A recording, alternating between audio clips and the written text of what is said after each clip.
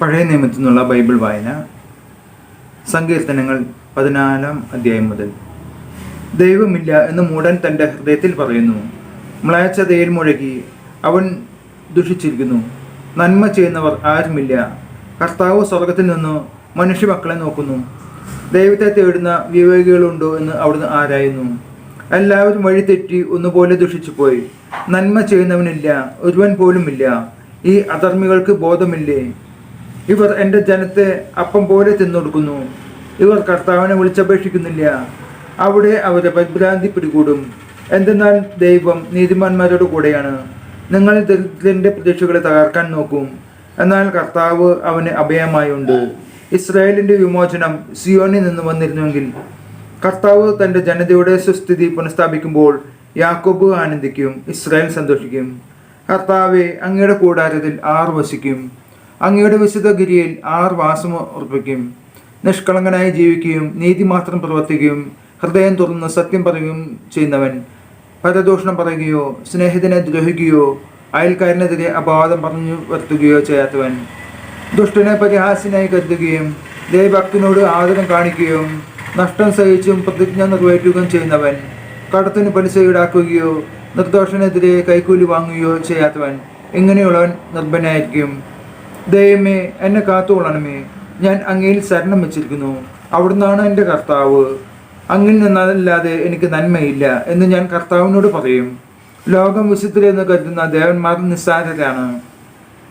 അവരിൽ ആനന്ദം കൊള്ളുന്നവർ അഭിശപ്തരാണ്. അന്യദേവന്മാരെ അനുഗമിക്കുന്നവൻ തങ്ങളുടെ ദുരിതം വർദ്ധിപ്പിക്കുന്നു. ഞാൻ അവർക്ക് രക്തം കൊണ്ട് പാനീയ ബലി അർപ്പിക്കുകയില്ല. ഞാൻ അവരുടെ നാമം ഉച്ചരിക്കുകയില്ല. കർത്താവാണ് എൻ്റെ ഓഹരിയും പാനപാത്രവും. എൻ്റെ ഭാഗതയും അവിടുത്തെ കരങ്ങളിലാണ്. അഭികാമ്യമായ ദാനമാണ് എനിക്ക് അളന്നു കിട്ടിയിരിക്കുന്നത്. വിശിഷ്ടമായ അവകാശം എനിക്ക് ലഭിച്ചിരിക്കുന്നു. എനിക്ക് ഉപദേശം നൽകുന്ന കർത്താവിന് ഞാൻ വാഴ്ത്തുന്നു. രാത്രിയിലും എൻ്റെ അന്തരംഗത്തിൽ പ്രബോധനം നിറയുന്നു. കർത്താവ് എപ്പോഴും എൻ്റെ കൺമുൻപിലുണ്ട്. അവിടുന്ന് എൻ്റെ വലതുഭാഗത്തുള്ളത് കൊണ്ട് ഞാൻ കുലുങ്ങുകയില്ല. അതിനാൽ എൻ്റെ ഹൃദയം സന്തോഷിക്കുകയും അന്തരംഗം ആനന്ദം കൊള്ളുകയും ചെയ്യുന്നു. എൻ്റെ ശരീരം സുരക്ഷിതമായി വിശ്രമിക്കുന്നു. അവിടുന്ന് എന്നെ പാതാളത്തിൽ തള്ളുകയില്ല. അങ്ങയുടെ പരിശുദ്ധൻ ജീർണിക്കാൻ അനുവദിക്കുകയില്ല. അങ്ങ് എനിക്ക് ജീവന്റെ മാർഗം കാണിച്ചു തരുന്നു. അങ്ങയുടെ സന്നിധിയിൽ ആനന്ദത്തിൻ്റെ പൂർണ്ണതയുണ്ട്. അങ്ങയുടെ വലതുകയിൽ ശാശ്വതമായ സന്തോഷമുണ്ട്. മത്തായിയുടെ സുവിശേഷം 6 അധ്യായം മുതൽ. മറ്റുള്ളവരെ കാണിക്കാൻ വേണ്ടി അവരുടെ മുമ്പിൽ വെച്ച് നിങ്ങൾ സൽക്കർമ്മങ്ങൾ അനുഷ്ഠിക്കാതിരിക്കാൻ സൂക്ഷിച്ചുകൊള്ളുവിൻ. അല്ലെങ്കിൽ നിങ്ങളുടെ സ്വർഗസ്ഥനായ പിതാവെങ്കിൽ നിങ്ങൾക്ക് പ്രതിഫലമില്ല. മറ്റുള്ളവരിൽ നിന്ന് പ്രശംസ ലഭിക്കാൻ കപടനാടിക്കാർ സിനഗോഗുകളിലും തെരുവീതികളിലും ചെയ്യുന്നത് പോലെ നീ ഭിക്ഷ കൊടുക്കുമ്പോൾ നിന്റെ മുമ്പിൽ കാഹളം മുഴക്കരുത്. സത്യമായി ഞാൻ നിങ്ങളോട് പറയുന്നു, അവർക്ക് പ്രതിഫലം ലഭിച്ചു കഴിഞ്ഞു. നീ ദാനധർമ്മം ചെയ്യുമ്പോൾ അത് രഹസ്യമായിരിക്കേണ്ടതിന് നിന്റെ വലതുകൈ ചെയ്യുന്നത് ഇടതുകൈ അറിയാതിരിക്കട്ടെ. രഹസ്യങ്ങൾ അറിയുന്ന നിന്റെ പിതാവ് നിനക്ക് പ്രതിഫലം നൽകും. നിങ്ങൾ പ്രാർത്ഥിക്കുമ്പോൾ കപടനാടിക്കാരെ പോലെ ആകരുത്. അവർ മറ്റുള്ളവരെ കാണിക്കാൻ വേണ്ടി സിനഗോഗുകളിലും തെരുവീതികളുടെ കോണുകളിലും നിന്ന് പ്രാർത്ഥിക്കാനാണ് ഇഷ്ടപ്പെടുന്നത്. സത്യമായി ഞാൻ നിങ്ങളോട് പറഞ്ഞു, അവർക്കുള്ള പ്രതിഫലം ലഭിച്ചു കഴിഞ്ഞു. എന്നാൽ നീ പ്രാർത്ഥിക്കുമ്പോൾ നിന്റെ മുറിയിൽ കടന്ന് കതകടച്ച് രഹസ്യമായി നിന്റെ പിതാവിനോട് പ്രാർത്ഥിക്കുക. രഹസ്യങ്ങൾ അറിയുന്ന പിതാവ് നിനക്ക് പ്രതിഫലം നൽകും. പ്രാർത്ഥിക്കുമ്പോൾ വിദ്യാർത്ഥികളെ പോലെ നിങ്ങൾ അതിഭാഷണം ചെയ്യരുത്.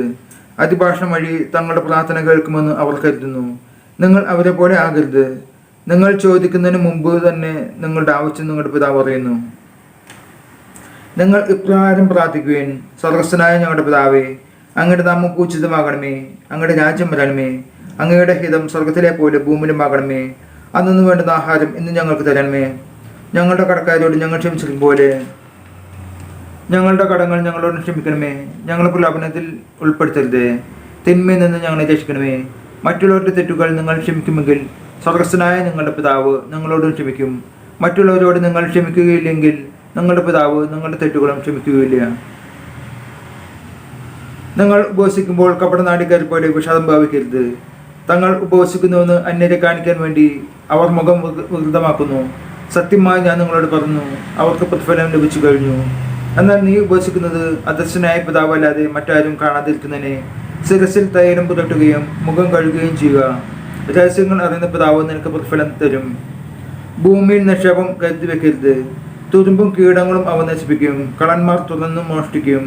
എന്നാൽ സ്വർഗത്തിൽ നിങ്ങൾക്കായി നിക്ഷേപങ്ങൾ കരുതിവെക്കുക. അവിടെ തുരുമ്പും കീടങ്ങളും അവ നശിപ്പിക്കുകയില്ല, കള്ളന്മാർ മോഷ്ടിക്കുകയില്ല. നിങ്ങളുടെ നിക്ഷേപം എവിടെയോ അവിടെയായിരിക്കും നിങ്ങളുടെ ഹൃദയവും. നമ്മുടെ കർത്താവായ യേശു മിശിഹായ്ക്ക് സ്തുതി.